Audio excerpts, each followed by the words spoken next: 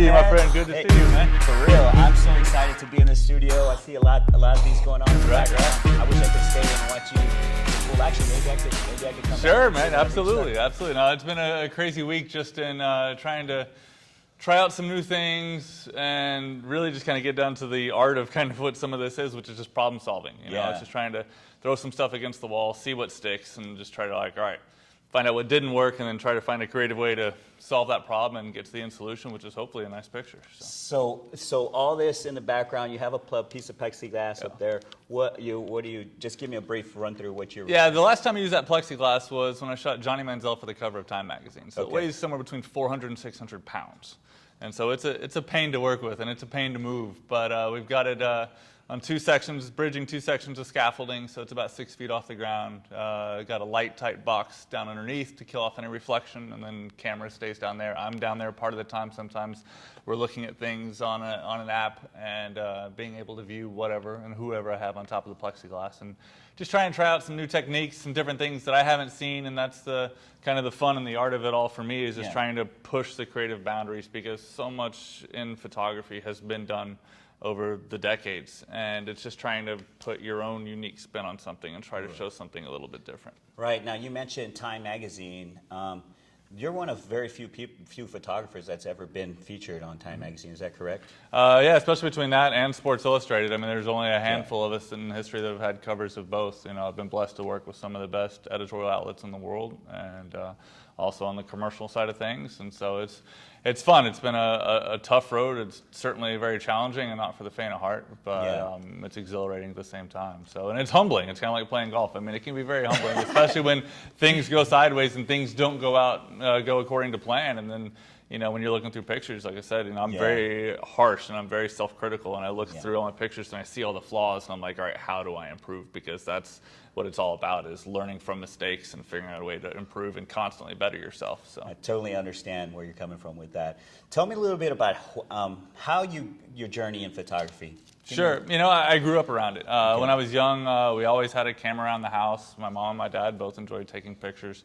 They gave me a little Fisher-Price camera that I think shot 110 film, and it had little flash tubes that would pop out as you would go through the little flash pack. But, you know, I would just blow through film like crazy. And, you know, whenever I was in junior high, my mom started working at the newspaper in the town that we were in. And so sometimes on the weekends I'd go in with her. And while she was working, I would just go hang out with the photographers in the darkroom and just kind of watch, you know, prints come to life in the chemistry. And I was just kind of mesmerized by that. But, you know, it was just kind of in a passing interest, you know. I liked the creativity to it. And I think it spoke to me, but I think that I was too young to really kind of recognize like how I was connecting with it.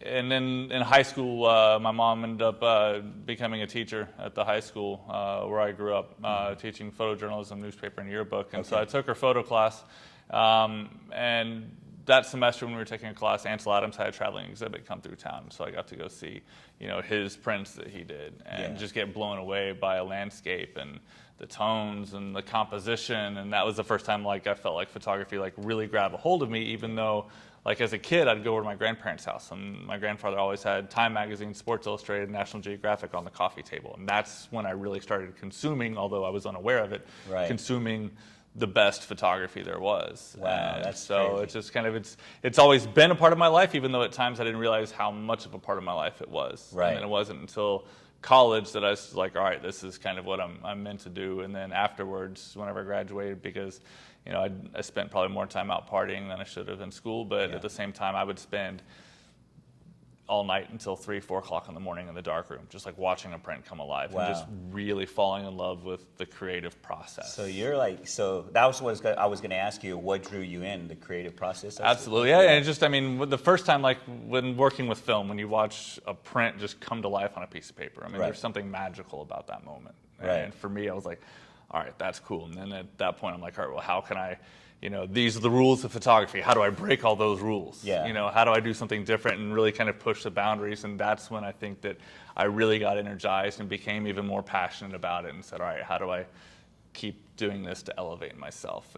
But I never, like I said, never took the craft, in a sense, I never took myself seriously until I got out of school and was working at a small newspaper in Indiana right out of school. And I said, all right, sink or swim. Like if I'm going to do this, Right. it's got to be all out and start really pushing myself. And at that point, that's when my trajectory went from being pretty much a flat line to almost straight up. Knowing that, and you mentioned the creative process, okay, this is kind of a side question. With creativity and creative process, how important is it for someone to have that going on in their life? I think it's huge. I mean, Yeah. for me, like, you know, same thing with sports, because I'm most known for my sports photography. Yeah. But I do all kinds, you know, and as with my roots as a photojournalist, you have to be able to handle any kind of assignment, you know, whether it's Right. a food assignment or a landscape or an action photograph or a news photo.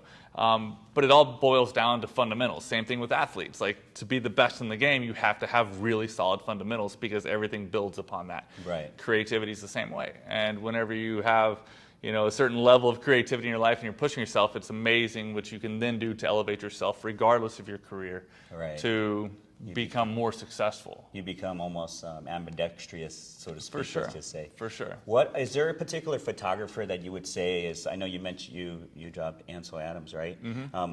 Is that one of your someone that you admire some of his work? Is there a particular photograph? I should ask. Is there a particular photograph that ever you looked at and said, "Wow, this photograph inspires me to work harder and be stronger in my profession, you know, let me maximize my fullest effort to try to capture something similar to this." You know, I'm not sure there's a singular photograph. Yeah. For me, it's more of an appreciation for the efforts that a photographer went through to get something that really speaks to me. Yeah. Because I know the grind and I know the struggle and having to try to problem solve to make the formula work. I Yeah. mean, the way that Ansel Adams could print, I mean, he was a master in a dark room. And just Yeah. kind of from that aspect, I'm just in awe of how he would print. But then from like a photojournalism side of things, it was always the Pulitzer winners that would speak to me. Yeah. You know, looking back to Eddie Adams that won the Pulitzer for the shot of the Vietnamese soldier executing the Viet Cong on the street of Saigon. Right. You know, Nick Youth that won the Pulitzer for Wow. the Vietnamese girl running after the clothes had burned off her back from a napalm attack. Right. And you go down the line of that. One of the more recent ones would be, you know, Todd Heisler, which this is probably back around 2004, 2005. He was with newspaper in Denver, and he won the Pulitzer for, I can't remember the exact title of the essay, but it was, you know, about troops coming home after they had fallen in war. Right. And but just the documentary and just the essay that he did on everybody that was involved in bringing the remains home. And like, I still remember the iconic shot from that, which was the American Airlines plane, and they're opening up the cargo hatch, and you've got Yeah. the casket inside, the straight with the flag, and you've got everybody like looking out the window and stuff like that. Like, for me, that still brings me to tears. And so, you know, a lot of it's just kind of not really a singular one, but it's, you know, across all genres, you know, it's the process and what somebody went through to tell their story. Because for me, that's what I enjoy most, is the storytelling, you know, regardless of what is, and the creativity involved with that. I mean, there's just so many aspects that come into it, but Yeah. storytelling is what drives me and the desire to create. And then from the sports side of things, you look at like John Zimmerman,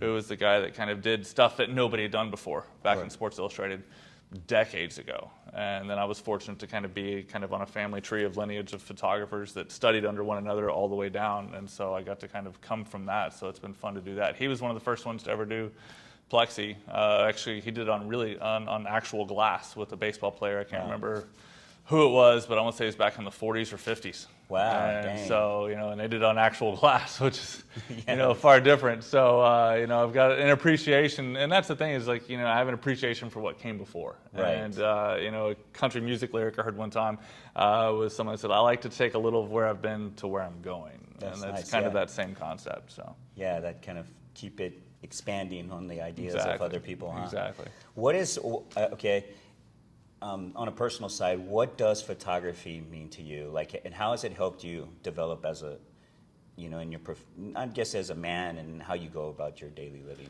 Yeah, I think we touched on it just a second ago, and it Yeah. boils down to creativity and storytelling. And from a creativity standpoint, we talk about just kind of creative thought and how it can help you out. People are surprised when they find out how much I travel, and they're shocked to hear that I'm married and have kids. But I tell everybody, you know, they're looking at the problem wrong. It's like, Yeah. you look at it from a creative situation. They see the days that I'm gone, and they see like, oh my God, that's a lot. Yeah. But I was like, no. Flip this on the other side. take your typical person who works a 9 to 5 at home. In the evenings they come home, they have at best 2-3 hours of quality time available with their kids, and how much that time are they actually spending where someone's not in front of a screen of some sort, right, or this, that, and the other. Right. And for me, I can be gone a couple weeks. I come home, keep the kids home from daycare or whatever, and we've got daddy-daughter days, and we're going to the zoo, to the park to get ice cream, and it's one-on-one time. So in 2 days, I can make up more quality time than someone else had the opportunity to do in 2 weeks, and how much of that time are they taking advantage of? And it all comes to attacking a problem from a creative standpoint, but also making priorities. Yeah. And then the other thing that drives me is just the aspect of storytelling. And I love to tell people stories and try to evoke thought, evoke emotion. One of my dreams back when I was doing photojournalism work was always to have a Pulitzer, because that's, I think, goes into the power of photography, is the ability to bring societal change and awareness to situations. Right. And for me, it's fun to, try to set something up, especially from a creative and a conceptual standpoint, to try to inspire and have someone see something a way that they haven't seen it before, and get an idea and have that motivate them. I like that answer. One of the things too that I mean, tell me if I'm wrong or not. People who are more creative and are doing creative things are more. I guess they're more creative in their relationships, and they're more adventurous and more spontaneous. Absolutely. Would you agree with that? Absolutely, wholeheartedly. I'm wired that way. Yeah, I could see that you see a lot more, in your relationship too. When you have a 9 to 5er, and it can be very lethargic at times, sure, and you have this constant change and challenge in front of you, so it keeps you elastic and a little bit more flow and flexible. Do you agree with that? Absolutely. And one question I kind of get, brought to my attention from photographers is, they're like, man, I'd love to do that, but I only have this equipment. And they keep feeling that they're limited by what they have. Right. And I think that's kind of true of society in general. They look for reasons why they can't do something, instead of trying to figure out a way to do it. Yeah. So they're just accepting defeat from the start. Well, I can't do this because of X, Y, and Z that's in my way, instead of trying to figure out a path around or over X, Y, and Z. Right. So. With regards to photography, why is it important in society? Why is having photography? What's it contribute to society? I mean, in one aspect, it's a visual record.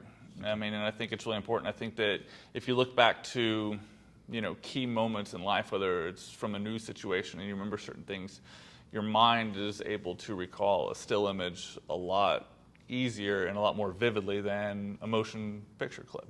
Yeah. So if you, whether you look back to 9/11, which just happened, the anniversary just happened. I still can remember individual images that are burned in my mind that I'll never forget. I don't remember the video clips. I can recall them, but nothing comes up as fast as a photograph. Right. And it's that just kind of ability to, have that as a visual record. And, whether it's, I think back to a Pulitzer picture where you had the, the starving child in Africa and the vulture on the background.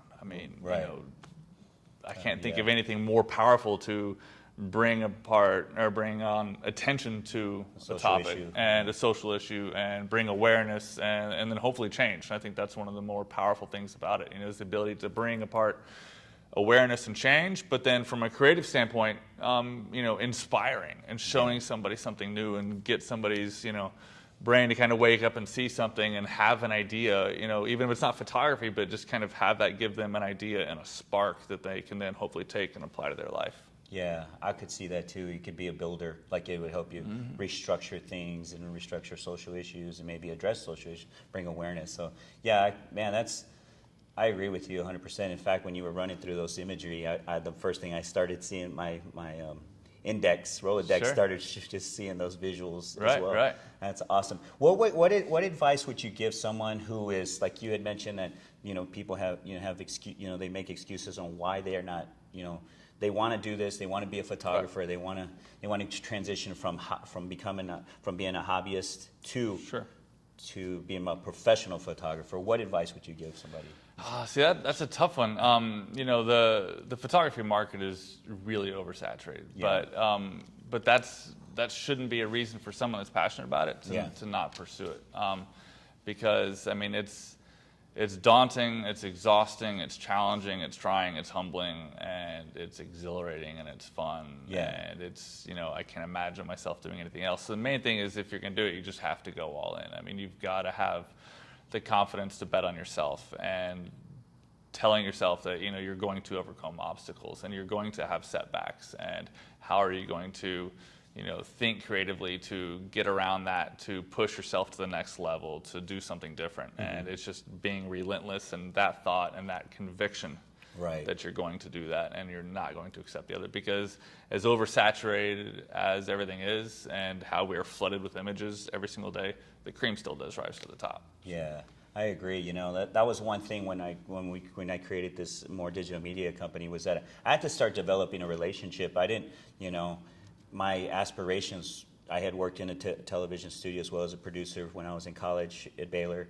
and my aspirations were to develop a relationship, and that's the first step, is to develop the relationship and kind of keep that, see how that grows. Absolutely. And usually when you do that, something sprouts out off Sure. of the ground. Sure. And I'm here talking to a professional photographer, one of world-class I photographer appreciate at that. I appreciate with amazing body of work from everything that I've seen on your website.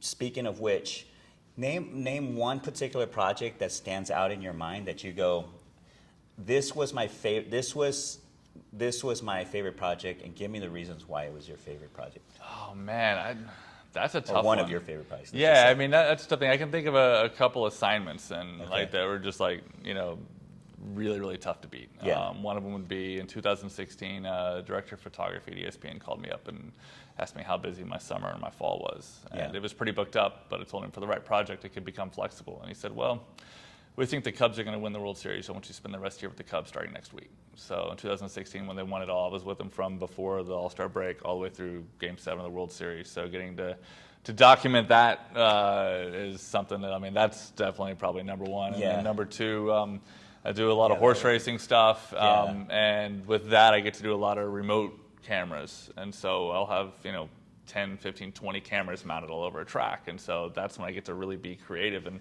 put the viewer in a position that I physically can't be in for the race and nobody else can. So they can get a different angle and a different look and see, the majesty and see the action and be even closer in than you would be able to stand. And so that's what's fun about that, is then putting all that together. And so then back in 2015, I covered American Pharoah when he won the Triple Crown for the first time, and first Triple Crown win in 38 years.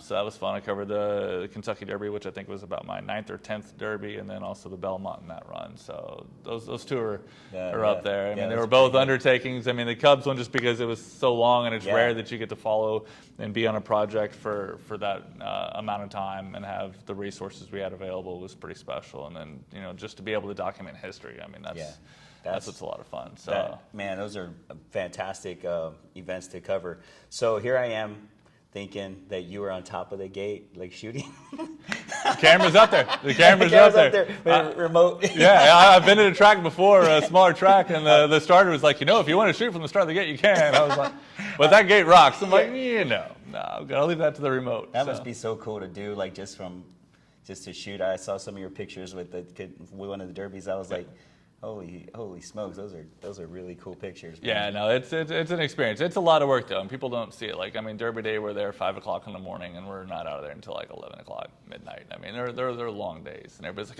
you've got the greatest job in the world. Yeah. They don't see the travel. They don't see some of those long days where we're working even 22 hours some days. I mean, it's a grind, but I love it. So. And the back end stuff's probably just as much difficult in the front end. What's next? What other plans, exciting things do you have building right now? A couple businesses that might be launching within the next year. We're kind of keeping under wraps for now. I'm excited about all visually driven, which I think are going to be exciting. Right now, just kind of working on concepting some new techniques and ideas and seeing where I can take this. Sometimes it's just fun to get in a studio for me and just kind of push myself. For sure. And it keeps the creative juices flowing and kind of keeps me trying to be, 2 steps, 5 steps, 10 steps ahead of everybody else, which is always the challenge. Yeah. And then I've got some speaking engagements coming up in October, and I got some horse racing coming up after that, and and some other stuff. So right now we got a lot of pending things, and so irons are in the fire, and we're just waiting for everything to kind of fall onto the schedule. Just for them to come, just the days to come, right? Exactly. So Andrew, if someone wants to get a hold of you and is interested in having you work with them, how could they reach you? Through my website. My phone number is there, email is there. Email's best, text is best. With as many telemarketer calls as we get these days, it's like phone calls probably not good. Yeah. What's your website? AndrewHancock.com. And then also you can hit me up on Instagram, which is where the social platform that I spend my most time on would be Instagram, and so I'm at Hancock Photo.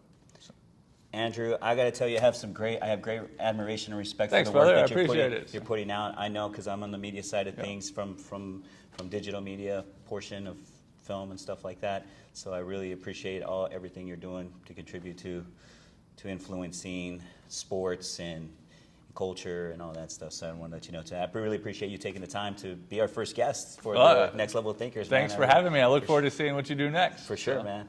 Congratulations, man. Thanks, Rush. I'll look forward to seeing you.